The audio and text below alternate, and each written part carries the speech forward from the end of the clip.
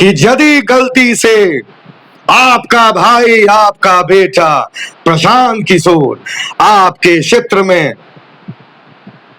Candidate गलत उतार देता है, तो आपका बेटा यह कह रहा है कि उसको भी आप वोट ना दें। आप उसको वोट दें जो अच्छा व्यक्ति हो, वो क्यों ना किसी दल का व्यक्ति हो। लोग अपन पगड़ी के नीचे रख के कि भाई हमारी सम्मान के बात बा, कहियो भविष्य में तहार मदद कैले नहीं, ओकर टिकट काटा, कैप्टन श्याम सिंह के टिकट काटा। सुने में तो आवा था कि भाई पैसों चलल बा, 1.25 करोड़ रुपया पैसों चलल, बेच जो नीतीश राज में बेच देता वो दवाई टाइम पे गरीबन के मिलता। कि नहु 400 रुपया नहीं खन देत आधार कार्ड आ मृत्यु प्रमाण पत्र और जन्म प्रमाण पत्र बनावे खातिर। ठीक बा, ई तो हम खत्म कर देम। रउआ लोग 5वां साल 6ठा साल में है, फिर हैंगा इंटरव्यू लेवेला। वादा ना संकल्प करता कैप्टन श्याम सिंह कि बनियापुर के तस्वीर। नमस्कार बा, हमारा नाम उज्जवल पड़ी। अभी पहुंचल बानी बनियापुर विधानसभा क्षेत्र में और लगातार बनियापुर क्षेत्र के विकास खातिर नेताजी के का हाल चल बा एपिसोड में तमाम लोग के चर्चा चल रहा बा। और चर्चा में जन स्वराज के जो संभावित प्रत्याशी थे, जन स्वराज ने उनको टिकट काट दिया और फिर वो बगावत में निर्दलीय आ चुके हैं। क्या जनता इस बार बनियापुर के क्षेत्र निर्दलीय पे भरोसा करेगा कि तमाम पार्टी दल के नेताओं पे भरोसा करी, यो देखे के बाद सरगर्मी तेजी से बा। परिचय हमारे जनता जनार्दन के छोटा सा संक्षेप में दे दी। हाँ भैया नमस्कार। और सबसे पहले तो रउआ जनता जनार्दन जितना भी रहो श्रोतागण लोग बा, ओकरा के कैप्टन श्याम सिंह शीश झुका के नमन और प्रणाम करता रहे। और परिचय हमारा नाम कैप्टन श्याम सिंह है। बड़ा लोग कैप्टन साहब यही से फेमस हो गए। कैप्टन तो ढेर लोग बा भैया। पहले नेवी में रही, ओकरा बाद मर्चेंट नेवी ज्वाइन कैनी, ओजा कप्तान रही। और अपना जीवन काल में कम से कम यूपी, बिहार और झारखंड के मिला के देखल जानो तो 25 से 26 हजार लइकन के अपना कलम से ओकनी के प्रमोशन देखनी, ओकनी के नौकरी देवे के काम करनी, तब बड़ा फेमस हो गई। नहीं तो सारा लोग कैप्टन एसके सिंह नाम रहे, लेकिन अब एजा के क्षेत्र में कैप्टन श्याम सिंह ई परिचय के मोहताज बनियापुर में नहीं खान। अच्छा, नाम बा कैप्टन, काम भी कैप्टन, का लागत था जनता कैप्टन पर भरोसा करी कि बस पार्टी पे भरोसा करी, निर्दलीय पे कि पार्टी पे? अब तो भैया भरोसा उठ गई बा पटियन पे। जितना पटियन रहे, पहले तो हमारे पार्टी कहत रहे कि बिहार में 35 सालों से 2 दलों ने बिहार को लूटा है। अब तो है टिकट बांटे के प्रक्रिया भई बा, उसे तो हमारा बुझाता या जनता के बुझाता। हम तो ये कहो वो एक भी स्टेटमेंट गलत ना देनी है, लेकिन जनता के स्टेटमेंट आओ था अलग अलग टाइप के। हम सुना तानी, मुस्कुरा तानी, हंसा तानी कि भैया ये पैसा की शोर बारे हैं, भैया ये तब टिकट एहू जब बेचा था, भैया जे मेहनत कैले रहे ओकरा टिकट नहीं खे मिलत। एगो स्टेटमेंट प्रशांत भाई के, आजो हम भाइये कहें, बड़ भाई प्रणेता बारे, उनकरा के प्रणेता कहल जाता है जन स्वराज के, अभियो बारे। उ हमरा लगे मसला खैलन तो बड़ा गरज के एगो बात कहले कि यदि गलती से आपका भाई, आपका बेटा प्रशांत किशोर आपके क्षेत्र में कैंडिडेट गलत उतार देता है, तो आपका बेटा यह कह रहा है कि उसको भी आप वोट ना दें। आप उसको वोट दें जो अच्छा व्यक्ति हो, वो क्यों ना किसी दल का व्यक्ति हो। ठीक बात बा। कहीं सुननी हमारा दिमाग में रहे तो हमारा टिकटवा बिना पूछले हम शिकायतों ना कैनी, उनकरा लगे गईबो ना कैनी। ए भैया हमारा टिकटवा काहे काट दिला? काहे कि ब्रह्मा विष्णु महेश जे भी राजनीति के होला सब कहत रहे कि छपरा जिला में केहू के टिकट मिले हो या ना मिलो, कैप्टन साहबवा के तो टिकट मिली, ओकर टिकट कटे जात नहीं के। काहे कि जौन मेहनत हम शुरुआत कैनी नू, ये पूरा छपरा जिला में जितना जन स्वराज के कैंडिडेट रहे ओकर कॉपी करत रहे, कॉपी। कह रे श्याम भैया गजब के मेहनत। वो तो 11 बजे रात के कौनो बस्ती में जाके जनता के संबोधित 300-400-500 जनता के कह देवेले। अच्छा, एगो अहम सवाल बा, कुछ लोग कहत कि बनियापुर में झंडा लगावे के जब लोग डरे ना लगावत रहे प्रशांत किशोर के झंडा, तब हम झंडा लगावे के बात करते नहीं आ झंडा लगवाई नहीं। ऐसे का लगता और ये कैप्टन श्याम ना रहले झंडा लगावेला। ए जी एगो बात बताओ तनी रुआ के, ये दुर्भाग्य हमार बा। लोग सोचा था कि टिकट कैप्टन श्याम सिंह के ना मिलल तो दुर्भाग्य बा बनियापुर के जनता के, लोग सोचा था। दूसरा दल वाला हंसा था कि बाप रे बाप सारा बड़का नेता के खाती चैलेंज बन गया। सबसे पहले एक बात बोलना चाहूंगा, मशरक के धरती पे जो मैंने प्रशांत जी का सभा करवाया था वो एक ऐतिहासिक सभा था। 50 सालों के भीतर कोई ऐसा यहाँ व्यक्ति आया नहीं जो 5000 का भी किसी नेता का या किसी प्रणेता का या बड़े नेता का पदार्पण करवा के और एक सभा करवा दे। वो सभा शायद सबसे बड़ा मेरा टिकट कट जाने का कारण बना, क्योंकि बड़े बड़े नेता, जितना बड़का नेता लोग रहे भैया डेरा गए कि बाप रे बाप जौन हमने जीवन में ना कर पहिनी सब 15,000 18,000 लोग स्टेशन रोड में 45 मिनट तक ले स्टेशन रोड ब्लॉक हो गए रहे। शायद रउआ लोग आयल होके देखले होके हम दृश्य के, हम तो भाव विभोर होके रोवत रहनी कि हे जनता, हे मशरक के मानुष, हे बनियापुर विधानसभा के जनता। सुनी सौभाग्य ई बा कि वो 15-18 हजार लोग मशरक के रहे, बनियापुर से नार लोग रहे। बनियापुर जोड़ देती तो वो तो माने ऐसा इतिहास बनित कि किन्हू से ना टूटी। तो भैया विश्वास तो सारा लोग के ये रहे कि श्याम सिंह के टिकट केहू काट नहीं के सकत, महादेव डायरेक्टे दे देले बारे। जब हम आईनी नु तो एजा जन सुराज के भैया रउआ लोग जानत होके 2-3 गो नेता लोग रहे झंडा लेके घूमे वाला, 10 गो 5 गो में, आ उहो छापड़ा में, मशरक में ना रही। एगो बहन पुष्पा सिंह, एगो अजीत सिंह रहे, ये लोग रहे 2 आदमी, लेकिन केहू जनसुराज के ना जानत रहे। रउओ लोग उस समय आयल होके तो जनसुराज के एजा केहू ना जानत रहे। लेकिन जब श्याम सिंह के एंट्री भल नु कैप्टन श्याम सिंह के, तो लोग कहला के ये तो फलना नेता के आदमी हुए।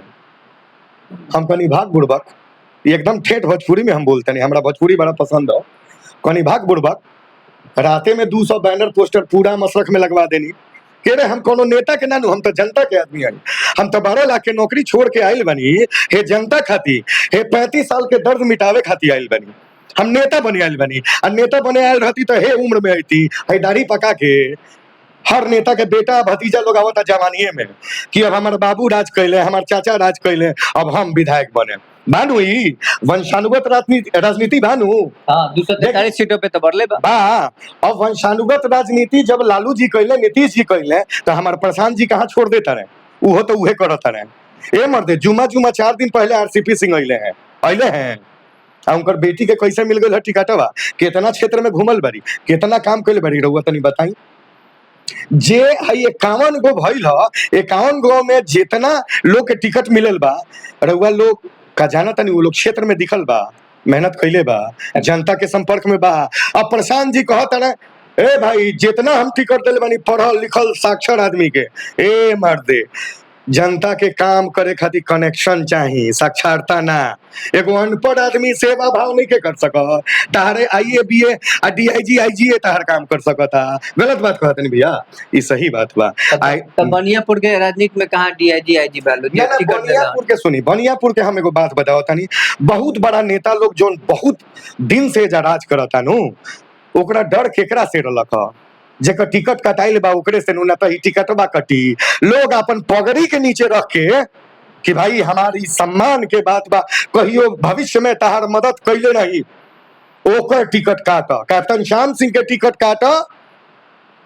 आ सुने में तो आवा था कि भाई पैसो चलल बा, 1.25 करोड़ रुपया पैसो चलल बा, 3-4 गो लोग मिल के दे ले बा, माने इतना पैसा आवता। अब देखी सब न्यूज वाला का कहेला सूत्र के हवाले से, तो भैया नेताई में उतरल बनी तो हमरो तो कोनो सूत्र हुई, कप्तान रहल बनी हमरो तो सूत्र हुई, ओही लोग के सूत्र बा, बड़के नेताजी लोग के सूत्र बा, प्रशांते जी के सूत्र बा, लालू जी के सूत्र बा, नीतीश जी के सूत्र बा।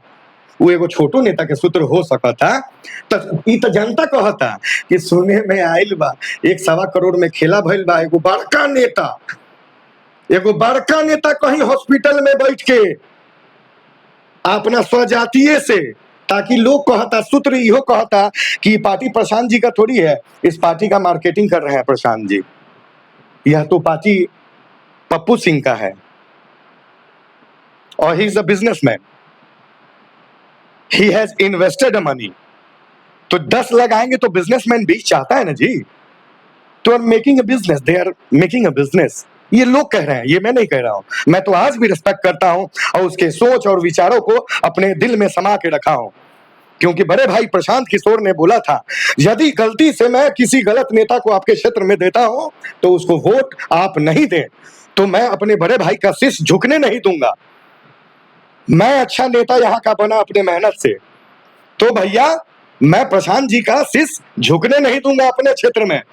तो मैं निर्दलीय आ गया जनता के कहने पे कि वो ना गलत नेता दे दिए जिसको इस बनियापुर का एक भी जनता उसका नाम तक नहीं जानती है, और सुने हैं कि वो 7वां पास है सूत्रों के हिसाब से। और प्रशांत जी, मेरे प्रणेता प्रशांत जी वहाँ सम्राट चौधरी को बोल रहे हैं 7वीं पास है, 7वीं पास है।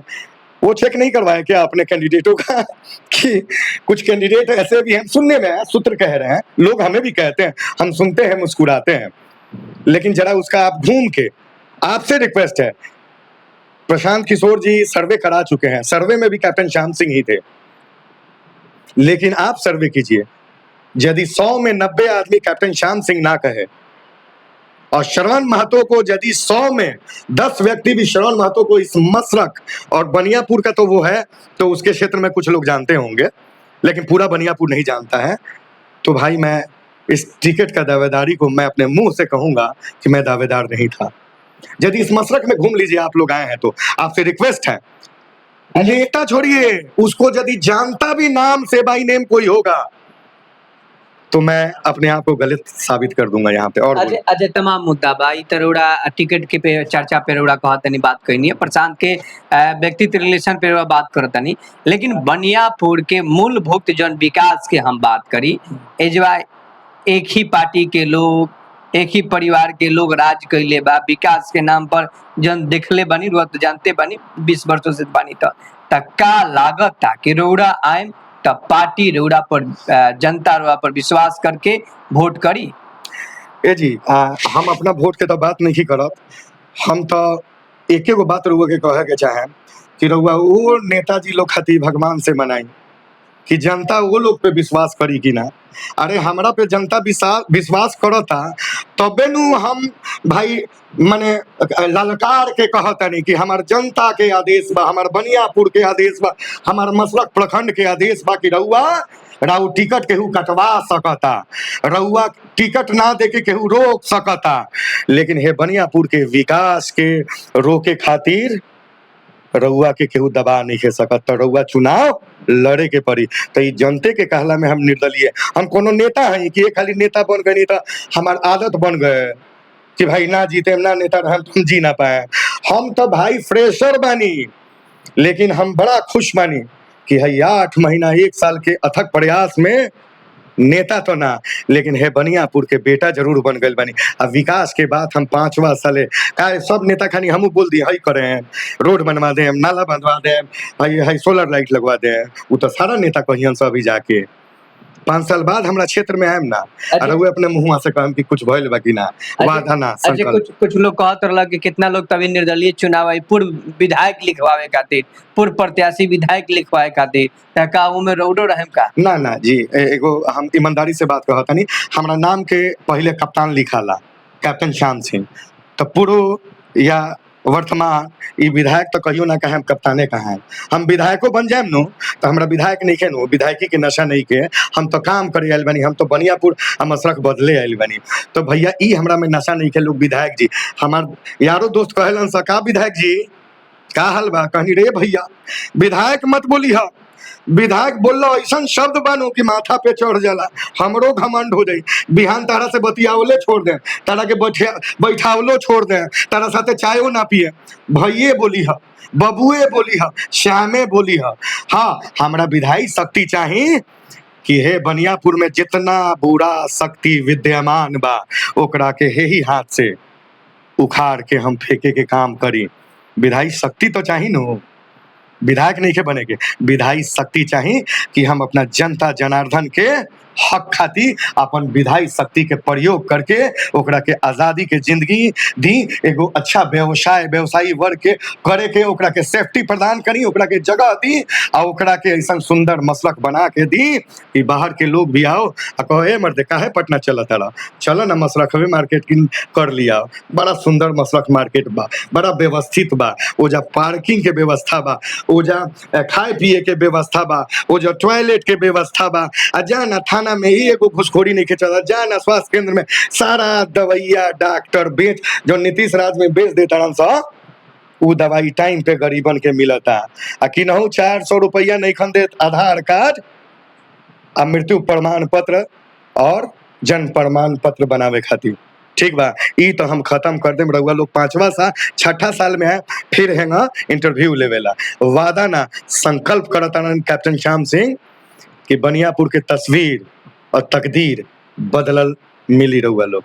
अच्छा रउरा यहाँ एगो चेवर बा, चेवर में लगदार बाहर से पूरा चेवर में दहा जाला, का लगता चेवरा में कुछ बड़ा उद्योग लगाए, अगर रउरा जीता तानी तो जनता रउआ के आशीर्वाद दे दी तो? देखिए सब नेता कहलन से उद्योगे लगाए, सब ओकनी के और कौन टॉपिके ना मिलेला, बहुत नया नया नेता के भतीजो लोग आइल बा, केहू आरजेडी केहू कहाँ कहाँ लागल बा, तो उ लोग केहू तो अपना बाबूजी के कि हमर मर्डर हो गए रहे 25 साल पहले, कितना जनता के कितना बाप मतारी जा मर गए, जनता के समस्या केहू के नहीं खे लौकत भैया। विधायक बने खातिर 25 साल पहले के कहानी, आ ओकरा बाद दूसरका नेता जेकरा बने के बा का कही हम एजा इंडस्ट्री लगाएं, फैक्ट्री लगाएं, चीनी मिल लगाएं, फलना ढेका, ए भैया गलत वादा ना करें, बहुत समय लगेला इंडस्ट्री लगावे में, लेकिन बहुत लंबा सर्किल बा कैप्टन श्याम सिंह के, पूरा एक हमारा लागत है 90 कंट्री से ज्यादा देश घूमल बनी, तो कहीं ना कहीं संबंध बनैले बनी नु, एगो शिपिंगो कंपनी चलावे नी हाँ वर्ल्ड ट्रांस शिपिंग, तो संबंध तो बानू, तो इतना पूंजीपति हमारे मित्र तो बारह सा, सरकार करो या ना करो, अब निर्दलीय लड़ के या जीत के हम कहाँ जाए या निर्दलीय रह केहू नहीं के जाना, लेकिन एगो बा जितना हमार सर्किल बानू, यदि अपना मित्रगण से कह देनी कि भाई जौन ते है 5 करोड़ 10 करोड़ इन्वेस्टमेंट करत रहे हरियाणा में, पंजाब में, दिल्ली में, उत्तर प्रदेश में 10-10 करोड़ 5-5 करोड़ के मिनी इंडस्ट्री वो हमरो क्षेत्र में कर,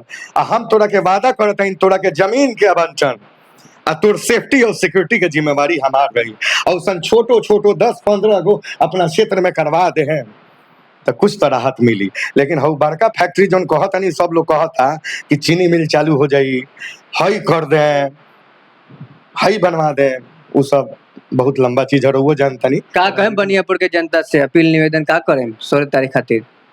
आ रहा है आपका भाई, जब तक बदलेगा नहीं बनियापुर को तब तक रुकेगा नहीं और ना थकेगा। नाम है श्याम भाई, कैप्टन श्याम सिंह लोग कहते हैं, हम सिंह हटा के फेंक देले बानी, काहे कि सब जनता के समान रूप से देखे नहीं, ना हमरा सिंह चाहिए ना साहूकार चाहिए, सब लोग हमरा के प्यार से भाई श्याम कहेला, हम चाहता नहीं यही नाम से लोग हमरा के फेमस करो। और आ रहे हैं 16 तारीख को 12 से 2 बजे के बीच में छपरा सदर में नामांकन आपके आशीर्वाद से करने जा रहा हो, तो भाई श्याम का 115 बनियापुर विधानसभा क्षेत्र के जितने भी मेरे मित्रगण, बंधुगण, चाचा चाची, सब लोग के एजा बहुत बहुत स्वागत बा। आई बेटा के आशीर्वाद दी और ऊ इतिहास के बदल दी। सबसे पहले तो एगो छोट बात कहें कि जान तनी ये जी 30-35 साल से नेता राज कैलन जाना, सबके दिमाग में डाल दिलन सा निर्दलीय के का दम बा, लेकिन लोग के ही पता नहीं थे निर्दल के पास, जिसके पास कोई दल नहीं है, वो आजाद है, वो स्वच्छंद है, वो ताकतवर है, किसी दल का प्रेशर में नहीं है। कोई नेता दल का टिकट लेके आता है ना तो वो आजाद नहीं है, जैसा उसका नेता कहेगा वही उस नेता को करना पड़ेगा कि नहीं भैया। और निर्दल का नेता को कोई नहीं दबा सकता है, वो जो दबा सकता है वो जनता दबा सकती है, अन्यथा उसका कोई सुप्रीमो नहीं होता है, वो अपने मन का मालिक होगा, जो चाहेगा जितना चाहेगा अपने जनता के साथ प्यार ले सकता है और दे सकता है। तो हम अपना 115 बनियापुर विधानसभा क्षेत्र के सारा सम्मानित जनता से एगो निहोरा निवेदन करें कि ए भैया एक बार निर्दलीय के जगह दे के देखी, ये मशरख और बनियापुर प्रखंड के तकदीर और तस्वीर ना बदल गए तो छठा साले कहें कि 35 साल तो ठगा गए नहीं, 5 साल और ही ठगा गई नहीं। लेकिन यदि तकदीर बदल देनी तो आशीर्वाद ले देम लो, जहां भी जनता हुई वही जा से भाई शाम के रुआ लोग आशीर्वाद दें। जय अभियो हम कहें जय बिहार, कहे कि बिहार हर एक जनमानुस के है, और जय बनियापुर और नमस्कार। अभी रउरा हमारे साथे कैप्टन श्याम जी के सुनत रहनी है। साफ तौर पे कैप्टन श्याम जी कहले हैं एगो वृंदावन में मुरली वाले श्याम रहले, वहीं बनियापुर विधानसभा में कैप्टन के रूप में श्याम जी आयल बारे। लागता कि जिंगा वृंदावन में विकास के धारा मुरली वाले बजेले तहिंगा कैप्टन श्याम जी भी बनियापुर विधानसभा में बजा दिया। तो अब की जनता निर्दल पे भरोसा करी कि कोनो दल पे भरोसा करी, जनता के सोच बा। नेताजी तो अपन विचार देते बा लोग, लेकिन एगो अपील बा, निवेदन बा रउरा सबे से कि चुनाव के बिगल फुका गइल बा, 6 तारीख के चुनाव बा, और रउरा लोग सोच समझ के अच्छा उम्मीदवार के वोट करी, सपोर्ट करी, ताकि बनियापुर विकसित की ओर आगे बढ़े और बिहार भी प्रगति की ओर आगे बढ़े। जय हिंद, जय भारत, स्वस्थ रहें, सुरक्षित रहें।